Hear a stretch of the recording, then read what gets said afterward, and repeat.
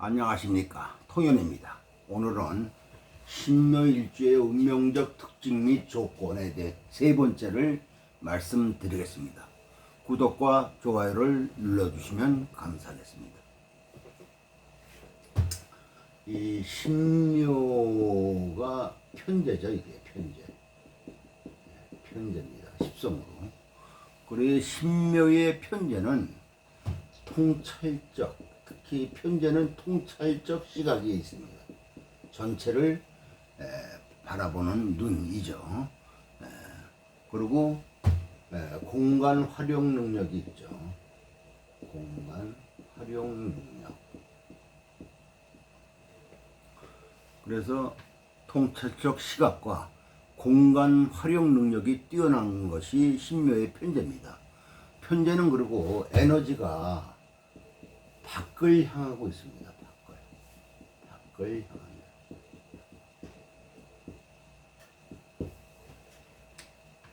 이것을 확장 에너지라고 합니다. 확장 에너지.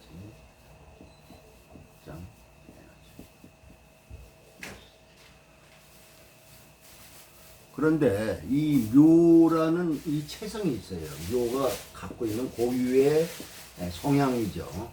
그것을 체성이라고 그러는데, 이 묘라는 체성은 내실이, 안이 잘 채워진 확장 에너지다 이겁니다. 경인일주도 비교해서 우리가 보게 되면 경인일주도 요게 편제죠. 그런데 경인일주와 신묘일주의 편제의 차이점을 분석해 보면, 비교해 보면 확실히 알 수가 있습니다. 경인일주도 편제이기 때문에 확장 에너지라 밖으로만 나가는데, 신묘일주는 체성 자체가 내실이 잘 채워진 성향인데, 이 경인일주는요, 안을 잡아주는 것이 없어서 공허합니다. 밖으로만 나갑니다. 확장 에너지라. 그 점이 차이점이 있는 거죠. 신묘일주는 안이 채워진 상태에서 확장 에너지를 쓰게 되는데, 경인일주는 안을 잡아주는 거가 없이 확장 밖으로만 나간다 이겁니다. 그래서 확장 같은 편제라도 확장 에너지에 대한 접근이 다르다 이거죠. 그리고 사용법도 다릅니다. 그래서 신묘일주는 이렇게 굉장히 편제지만서도 확장 에너지이지만서도 디테일한 것을 갖추고 있는 편제이다 이거죠. 그냥 편제만 놓고 보면은 밖으로 나가서 펼치려고 하는 것, 늘리려고 하는 것, 이런 것이 강하게 작용하는데, 또 편제는 결과 인식 능력, 결과 분석 능력인데, 경인일주의 편제가 갖는 결과 분석 능력은 설계적 능력이다 이겁니다. 설계적. 경인일주가 갖고 있는 편제적 능력은 설계적 능력이다 이거예요.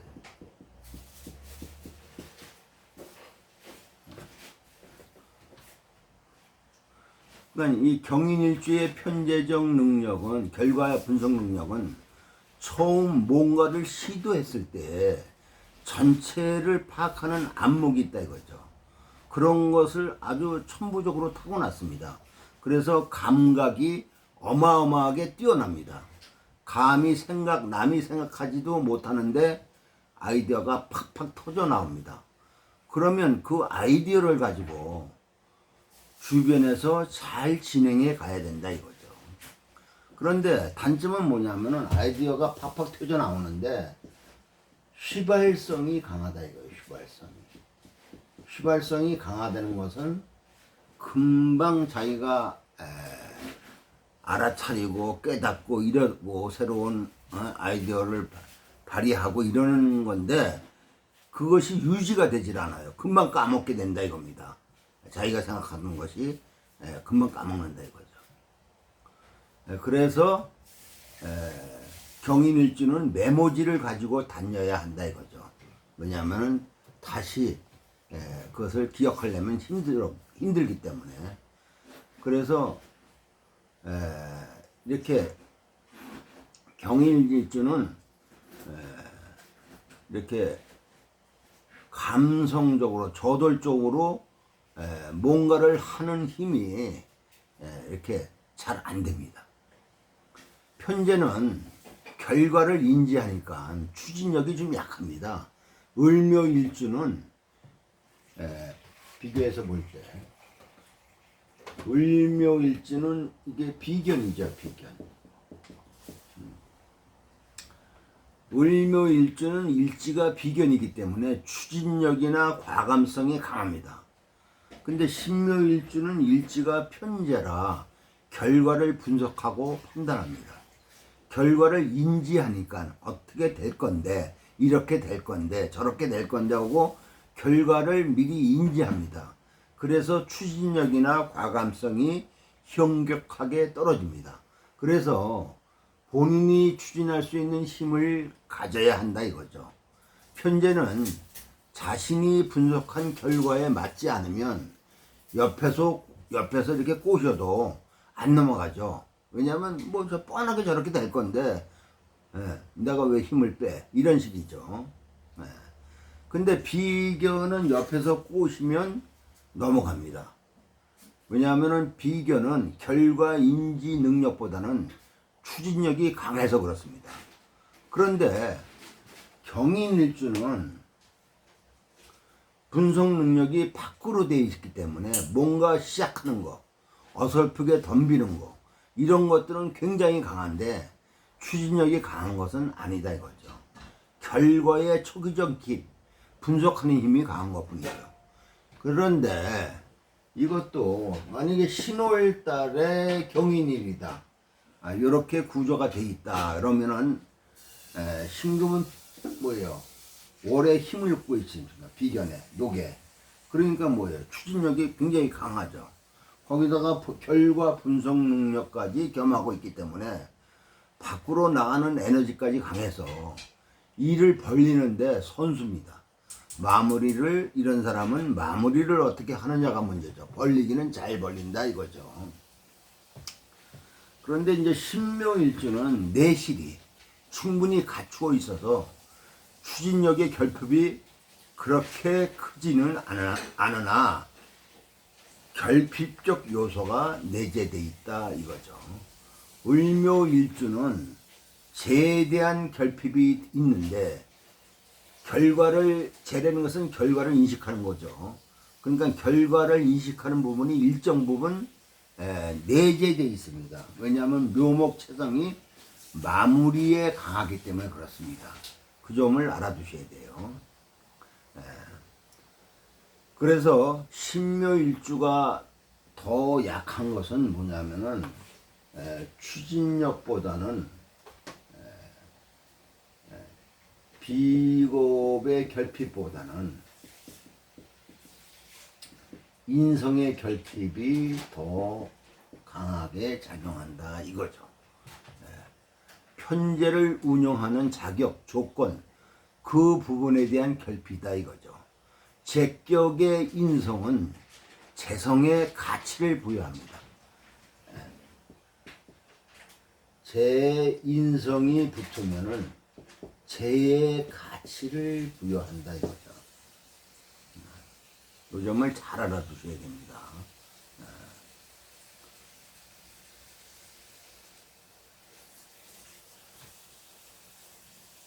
물질의 쟤는 뭐예요?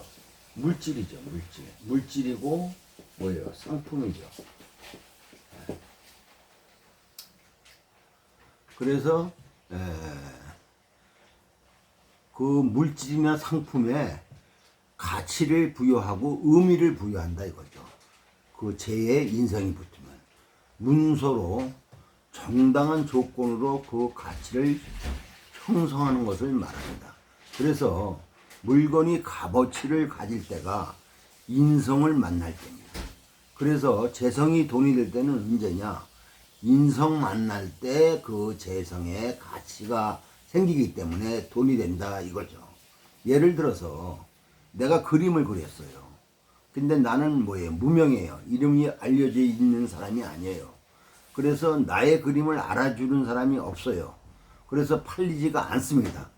그런데 한국에서 제일 유명한 화가가 내가 그린 그림을 훌륭하다고 평가하며 사인을 해주면 그때야 사람들이 유명인사의 멘트와 사인 때문에 나의 그림을 인정하고 구입하게 된다 이거죠. 그러한 것이 가치가 부여된 겁니다. 즉 인성이 붙은 것이죠. 재성이 돈이 될 때는 인성이 붙어야 된다 이겁니다. 인성이 또 반대로 인성이 돈이 될 때는 감정을 해서 얼마짜리다 하고 나올 때 돈이 된다 이겁니다. 그래서 재성이 있을 때는 인성운이 와서 재의 가치를 부여하거나 의미를 부여하거나 또 인성만 있을 때는 재가 와서 뭐예요? 인성에다가 재의 가치, 상품의 가치, 물질 가치를 부여해야 돈이 된다는 얘기죠. 그래서 인성에서 뭐냐면은 나의 인성은 즉 생각 문서인데 이것이 객관적으로 현실적으로 인정을 받을 때 돈이 된다는 것이죠. 제국인이 안 되는 인성은 현물 교환이 안 됩니다. 일지에 편자가 있는 것은 배궁에 또 배성이 있는 거죠. 일지라는 것은 뭡니까? 일지는 배우자궁이죠. 배우자궁. 배우자궁인데 일지에 재가 있지 않습니까? 그러니까 배우자궁에 배우자성이 있는 거죠. 배우자성. 배우자성이 있는 겁니다. 남녀 불문하고 이런 것이 배우자성이 될 여지가 높습니다. 요명이라고 해서 꼭 관성이 배성이라 이렇게 한정 짓지 마세요. 그거는 전통적인 이렇게 방법이죠. 여명은 관성이 남편이고 남명은 재성이 여자 처다 이렇게 생각하는 것은 전통적인 방식이고 음양적인 관점에서 볼 때는 재성이나 관성이 남자나 여자에서는 뭐냐면은 음양적인 관점에서는 배성이 될 수 있다 이거죠. 그래서 배우자 궁에 재성이 있으면 혹은 재관이 있으면은 그것이 배우자 성이 될 가능성이 가장 높습니다. 그러면 이 배우자 성을 가지고 배우자의 복량을 논하면 됩니다. 배우자의 복덕을 논하는데 복은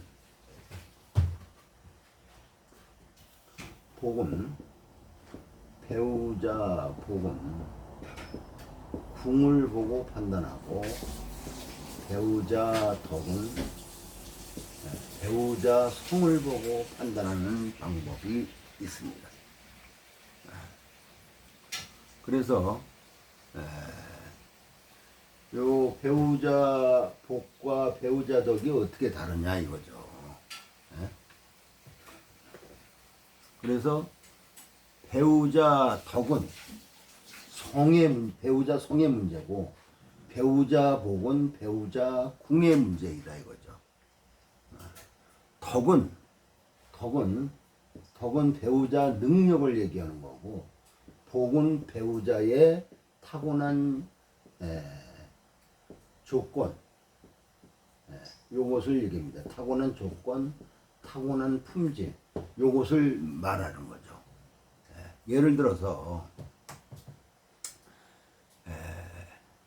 이 배궁이라는 것은 주어진 조건이기 때문에 복인데 예를 들어서 어떤 자기 처가 배우자가 서울대 미대 나오고 미인이고 돈을 잘 써요. 그런데 배성이 안 좋다 이거죠. 배우자 성이. 그러면 배우자 덕이 없는 거 아닙니까? 그러면 어떻게 돼요? 돈만 잘 쓰는데 뭐 키도 크고 늘씬하고 미인이고, 이런데, 학력도 좋고 이런데, 돈만 잘 쓰지, 돈 버는 능력이 없다 이거야. 배우자 덕이 없기 때문에. 그래서 배우자 덕은 배우자 덕은 배성을 보고 논하고, 배우자 복, 배우자의 품질, 이거는 배우자 궁을 보고 논한다 이겁니다. 이 점을 잘 알아두세요. 그런데 배우자 궁은 반대로 안 좋은데 배우자 성이 좋다. 그러면 어떻게 되느냐? 그러니까 배우자 궁이 안 좋으니까 배우자의 품질이 별로다 이거 아닙니까? 그러면은 고등학교 졸업밖에 안 했고 또 얼굴도 미인이 아니고 평범한 인상인데 배성이 좋으면, 배우자 성이 좋으면 살림 잘하고 성실하고 또 일도 잘하고 아주 좋다 이거죠. 그래서 배우자 성은 덕, 즉 능력을 얘기하고 배우자 궁은 품질을 말하는 겁니다. 품질이 좋다고 능력이 좋은 것은 아니다 이거죠. 이것은 배우자 복이 좋아야 된다 이겁니다. 그래서 복 있는 배성을 얻을 것이냐, 덕 있는 배성을 얻을 것이냐. 그런데 이제 신묘일주가 살을 만나면 신묘일주가 살을 만나면 이렇게 묘목은 습하죠. 근데 사를 보게 되면은 습을 해결하면서 묘목이 커집니다. 묘목을 키우죠, 사화가. 그러면 묘목이 텐션을 받게 되죠. 그래서 신묘일주가 살을 만나면 묘목을 끌어내주는 텐션을 갖게 하는 좋은 조건이다 이거죠. 이런 구성은 재관으로 이렇게 연결이 되잖아요. 그래서 조건을 보게 되는데, 만약에 을묘의 사화다 그러면은 을묘의 사화는 좋아하는 것에 끌림, 감성적인 끌림이 우선이다 이겁니다. 식상으로 연결되기 때문에 그래요. 그래서 신묘의 사화는 관으로 연결되기 때문에 조건이고, 을묘의 사화는 식상으로 연결되기 때문에 여기는 감성적으로는 끌림, 내가 좋아하는 것으로 끌린다 이거죠. 그래서 관으로 연결돼서 인연으로 배성이 연결되는데 그 인연을 따져본다 이거죠. 어느 정도의 품질이나 조건을 가지고 있는지 이런 것을 보게 됩니다. 그런데 신묘일주가 띠나 혹은 일지의 인연으로 좋은 것은 뭐냐면은 미생이나 술생이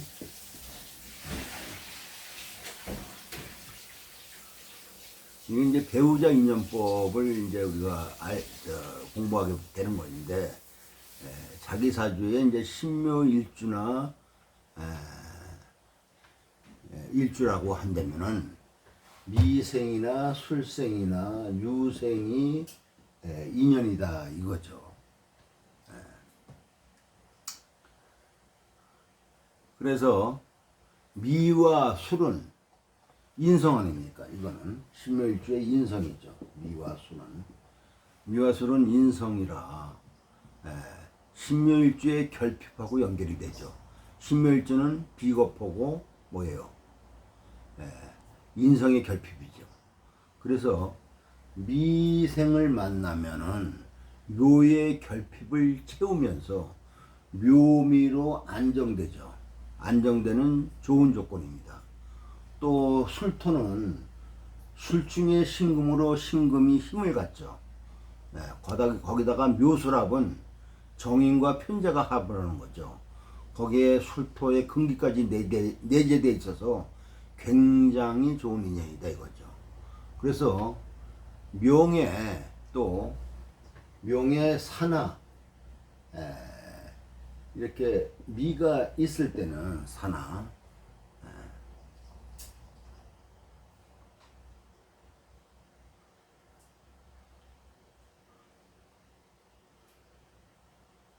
미가 있을 때는 유생이 기본적으로 걸록으로 좋은 인연으로 다가올 수가 있습니다.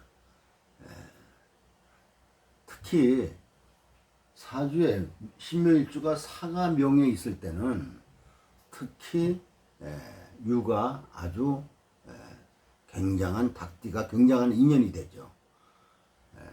그래서 신묘일주가 미생이나 술생이나 유생이 좋은 인연인데 이런 인연을 만날 때는 우리가 띠로 볼 때는 양띠나 개띠나 닭띠를 말하고 그렇지 않으면 일지에 미일지나 술일주나 신일주를 만나면은 좋은 배우자 인연이 될 수가 있다 하는 것을 말씀드리는 겁니다.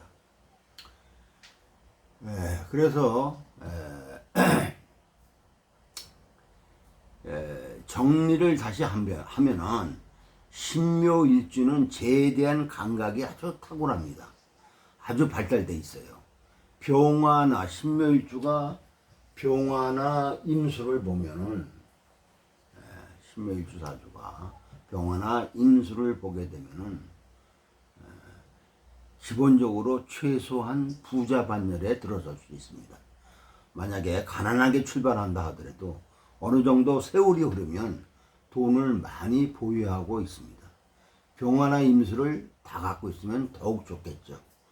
오늘은 여기까지입니다. 구독과 좋아요를 눌러주시면 감사하겠습니다.